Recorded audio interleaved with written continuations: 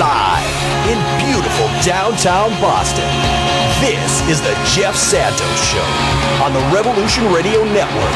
33 minutes past the hour. It is the Jeff Santos Show that you are tuned into. Coming to you live from the South Coast here as we measure your views on the announcement today of Miss Harris. Kamala Harris is the VP for Joe Biden.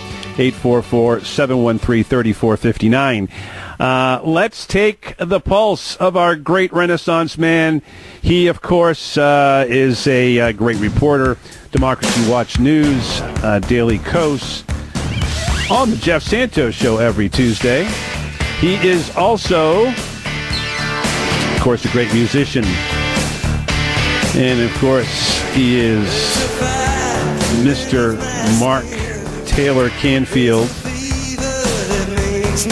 And he joins us from the great city of Seattle, WA. Mr. Mark,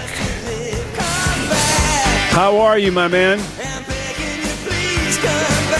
Well, I'm a little bit out of breath because I just got back home. I was at one of my favorite local thrift shops and bought a bust of Shakespeare, the good old bard. So I guess I need to get dates in this. Now I'll look up from the desk, and there he'll be staring at me saying, "Come on, Mark, get going. Look what I did." I did more plays, before you were born than you even thought of. Yeah, something like that. But no, it's a good inspiration to have. I have a huge life-size book of David Bowie and another one of Brian Eno, and they both kind of keep me inspired whenever I see them because, the extraordinary artists living extraordinary lives and doing extraordinary things, which is what I like to do. So lots of fun. Although I have to tell you, on the way home, part of the reason I was late, there was a little fender bender. Not me, but the Seattle police showed up. I thought, another protest, but no, it turned out to be a fender bender, and it doesn't look like anybody was seriously injured. It was on a side street. The fire department showed up. Of course, they're always quick and on the scene in Seattle, no matter what. But it didn't look like anybody was injured, just, some shaken nerves and people calling their insurance companies. You know how that works. No road rage as far as I could tell. But Seattle's an interesting place. By the way, Kamala Harris, more power to her. I'm surprised only because they had such a bitter fight during the Democratic Party's national debate. But, I guess that's par for the course in politics. So let me ask you this, Mark, because I think you can really give us an understanding here of this. The folks that you deal with in Seattle at Black Lives Matter, and obviously you were just testifying yesterday in front of the Seattle City Council on the issue of, defunding the police. And Ms. Harris, you're the top law enforcement person in California, in the fifth largest economy and the largest state in the United States. There were a lot of things that have been brought out, including by Democrats. I think of the Congresswoman from Hawaii who, took her on. And I wonder how people are going to react to that. The people who are on the streets there, who look at Miss Best as an example of an African-American female, who's not doing the right thing by minorities, and if anything is accelerating the problem. I wonder how they look at Harris in this way. Well, actually, I was giving public testimony yesterday on a resolution that the City Council passed to protect journalists, actually, which we can talk about in a few minutes. But, Kamala Harris was not the first choice. She's not my first choice. But I'm glad to see Biden has chosen someone other than an upper-class, middle-aged or elderly white man, So we've made a little progress there. I just feel like somebody like Stacey Abrams definitely would have represented more of the progressive kind of thought and the progressive kind of politics that go on in Seattle. Politics is always compromised. There are still protests in Seattle, even though the City Council actually cut some of the funding for the police yesterday. It's not going to stop the Black Lives Matter movement. It's not going to stop people protesting against racism and police brutality. If I remember rightly, you were telling me you had a different choice, too. Yep, Karen Bass. Well, I had written an editorial sort of piece at Daily Kos about Val Demings and how she might have been a good choice just politically, strategically for Biden. But Kamala Harris is a powerhouse in the Democratic Party, so she can definitely raise the money. And people are desperate for something else. So there you go. I guess that's politics in America today. I'm wondering, though, because, Demings was another person, a person of color who also had a law enforcement background. And I'm wondering, how that plays with Black Lives Matter. Now, look, what we have seen over the last couple of months, and we talked about this with you, I think, last week on the Friday edition of the program, the good things that they have brought to the streets and the organization that they have brought to, frankly, 13 and 14-year-olds who are organizing in communities around this country to stop the police violence against people of color. It doesn't necessarily mean you're going to have a champion in the White House on this issue, or do you think that's still to be determined? I can tell you in Seattle, the protests will continue, and in Portland they will continue, and part of the reason for that is that the protest demands have not been met. Actually, our Socialist City Council member, Shama Swant, voted against the budget bill yesterday during a very long and somewhat contentious City Council meeting that I participated in. And that was because she felt like it didn't go far enough. So her statement after the vote was that there was actually more money that was going to be coming into the department from federal grants than had actually been cut from the budget by the Seattle City Council. Now, the rest of the council, they're saying this is just a first step. We're not done. There's another, in 7 weeks, there's another big round of budgeting that goes on in the city, and they'll have another chance, they say, to do some more cuts. As it is, they basically eliminated the jobs of 100 police officers, but according to Shama Sawant, the total budget was cut by only a few percent, and that is not what the protesters in Seattle have been marching for. They want 50% defunding, and they want that money to go to black and brown communities. There's another round of budget cuts coming up in the city, so the rest of the council is saying that they're not done cutting the budget for the police department, but the protests are still happening. Shama Sawant actually voted against that, although she did vote for another series of bills and resolutions, one of which I was particularly interested in, a real issue about freedom of the press in Seattle, where the Seattle Times and all of the local TV news stations have been subpoenaed by the Seattle Police Department to provide photos and video of a protest that took place here.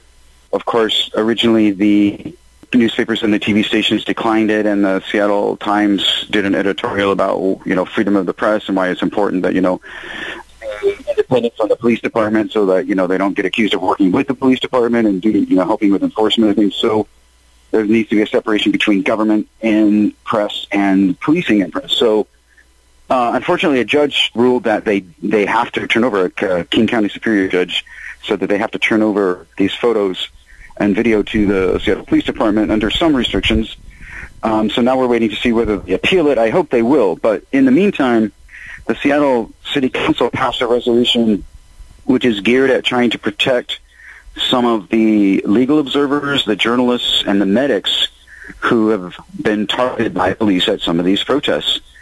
So there's that's something that I spoke to as part of my testimony, of course, in support of it, because I felt like I've always wanted Seattle to be a sanctuary city for journalists, where they don't have to worry about being attacked or arrested or targeted with rubber bullet or flashbang grenades by police during these protests. And there have been reporters arrested in Seattle. What was shocking is that Lorena Gonzalez, she's the council president. It was Teresa Mesqueda, the budget committee chairperson, referred to an Amnesty International report, and she said, if you go to the chapter on policing and attacks on reporters, Seattle is the first citation that's mentioned. So she was very upset about that. So, as I said, I've always been really interested in supporting a Seattle City Council resolution declaring Seattle a sanctuary city for journalists, because the USA is currently ranked 45th in the world. Yeah, well, that's another one. We're in the middle of the pack. You're so right about that, Mark. Hey, I want to take a call because every time we think about what is happening in Seattle, we got to think back to what happened and started in Minneapolis, and I want to bring in our good friend John again. John, you're next with Mark Taylor-Canfield, and it seems to me like there is going to be a connection here for a while between what was started in your city and, of course, Seattle is now picked up on and still continues to be in the headlines along with its sister city to the south, Portland, Oregon. Do you sense what the situations that Mark is talking about, whether it's media or just having reforms as the city council in Seattle is doing? Is Minnesota going to be able to sort of keep the momentum up that they started with Keith Ellison's son and others? I'm not a professional journalist, but I think that they are going to have a really hard time walking back to the status quo of what had happened, the way that business was as usual with the police department in this city. They can't walk back on that. And there's a pull. The Charter Commission is the one that dictates how many policemen we have in this city. It's like our Constitution, so we have to actually change it. And the Charter Committee is appointed. They're not elected, and they're pushing back against the City Council.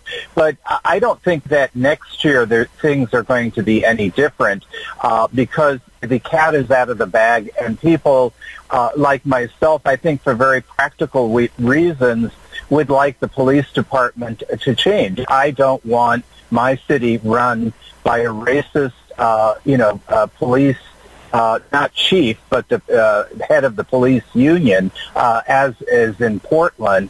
That has to go because it does not reflect the neighborhoods of this city, the people of the city, for obvious reasons. They elected people that are far on the progressive side of the political spectrum, and they want to nip this in the bud, and they want to change. They want to change the just big gulf between some communities in this city and other communities that have happened with gentrification, right? Et cetera, let me hold you there, John. Let me ask you this, Mark.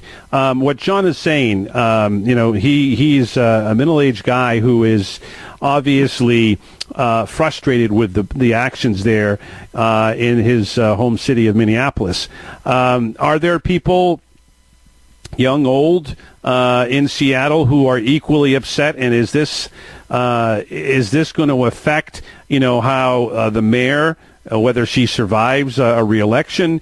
Where is obviously the people on the streets are very angry and want change. But are there people in the in the Seattle in the suburbs of Seattle, as well as in the more wealthier neighborhoods in Seattle? Are they equally frustrated with this the way the police have handled this situation in Seattle? Well, there are people who would like to see more funding for the police. So, no, they disagree, and a lot of them are in the suburbs. Very few of them have been speaking at any of the city council meetings. It's been majority. There were a couple dozen people that gave testimony, and they were, except for a couple people, were all in favor of defunding the police more than the city council already has done. But I have to tell you this, the Seattle Times did a really nice piece of journalism. So what do you do in a situation like this? You start looking under the rug to see what's been swept under there. And we realize now, and in fact, there's one officer who was able through contracted salary and then through overtime to make over $300,000. So, yeah, it looks like there might be a few things that could be cut in the Seattle Police Department budget. So that story is what happens when people finally take a close look at what's going on in your own community. Now, obviously, that Seattle Times article should have come out years ago because some of the statistics go back, before 2015. So it's not a new thing that the contracts have been so lucrative for police officers in Seattle. And there's always been this issue. We even had a judge saying, a district judge saying that the city of Seattle had been held hostage by the Seattle Police Department during contract negotiations. So that's something that usually happens too, where they start to place limitations on the civil rights reforms because they basically say they won't accept it as part of the contract, things like that. 374 Seattle Police Department employees made at least $200,000 last year. So think about what we pay teachers and nurses and ask yourself, the median gross pay among Seattle police officers, more than 2,000 employees last year, was about $153,000, not including benefits, with 374 employees grossing at least $200,000 and 77 making at least $250,000. So, yeah, it looks like they've done pretty well in getting themselves some good contracts there. Yeah, but that's for sure. I think now the city is not going to do business as usual, and they're cutting funding, and the protest marches are going to continue. So, no, they're not going to be able to backtrack completely, although Shama Sawant did complain that, and in some cases, these are very progressive cities. So in Seattle and Minneapolis, these are Democrats. Some of them have backtracked already on some of the promises they made. So there you go. They are also going to be held accountable. So whether the mayor gets reelected or not on this issue, I don't know. She is a very contentious figure in Seattle politics right now, and so is the police chief, Carmen Best. So I said during my testimony that I saw very brutal arrests of protesters on July 25th, the very dangerous use of crowd control munitions like 40-millimeter rubber-tipped bullets, shell-caked shells, basically, and also the use of OC spray on people and flash bang grenades, or blast balls is what they call them. So, and I was affected by that stuff, and I'm not the only one. I'm going to put up a video at YouTube, which has part of the public testimony, part of what the city council members were saying about police crowd control measures in Seattle.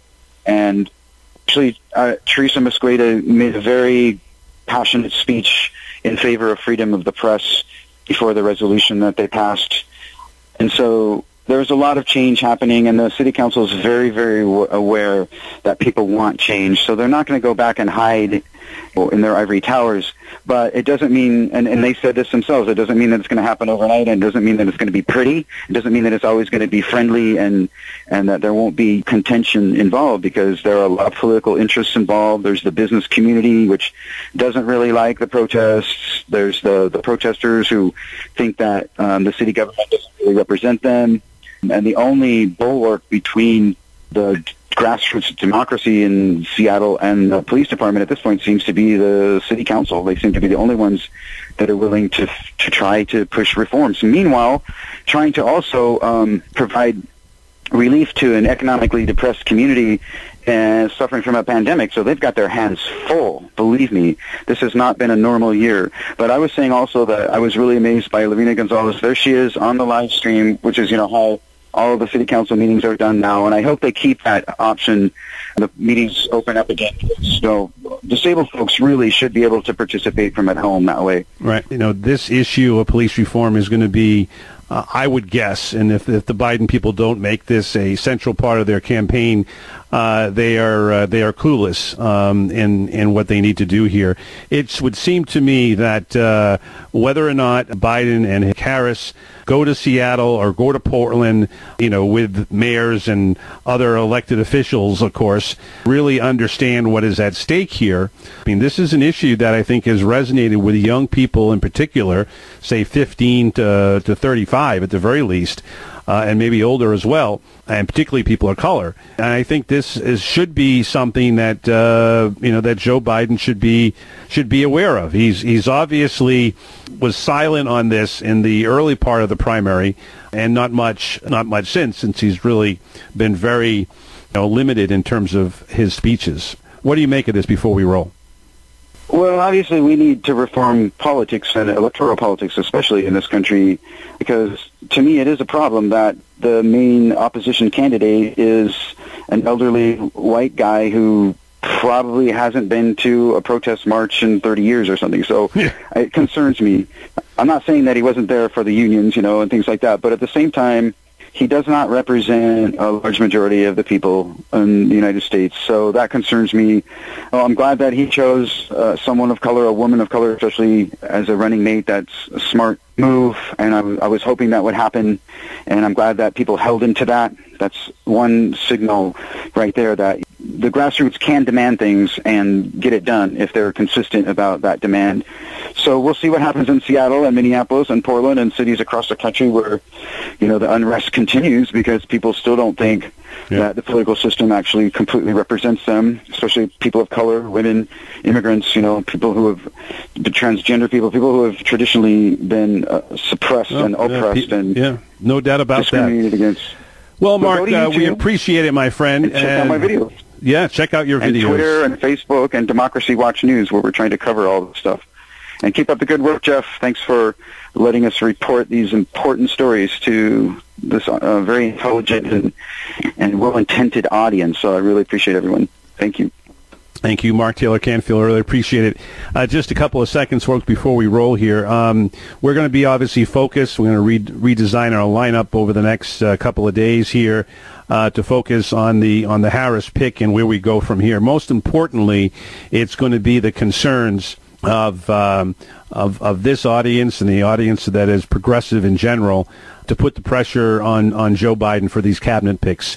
This Friday edition of the Jeff Santos Show with the FDR descendants is even more important now that Harris has been chosen. So keep on fighting, folks. My name is Jeff Santos. I want to thank Ron Kreider for producing this broadcast. Thank you for listening. Right now, it's my time to say I gotta go.